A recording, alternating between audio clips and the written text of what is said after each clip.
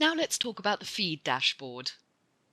If you import listing data into BoatWizard from another source, you can now easily check the recent status of the last feed update by going to the Import section in BoatWizard, circled here in orange. In this dashboard, you can see the last run date and all the items that were present in the feed. Any listings that did not import correctly will show an error. In this example, you can see that no listings failed to import. However, if you did have failed listings within your feed, you would see the number of failed listings in red. To be able to find out why the listings failed, you can click on the Export option at the bottom, which will open a file.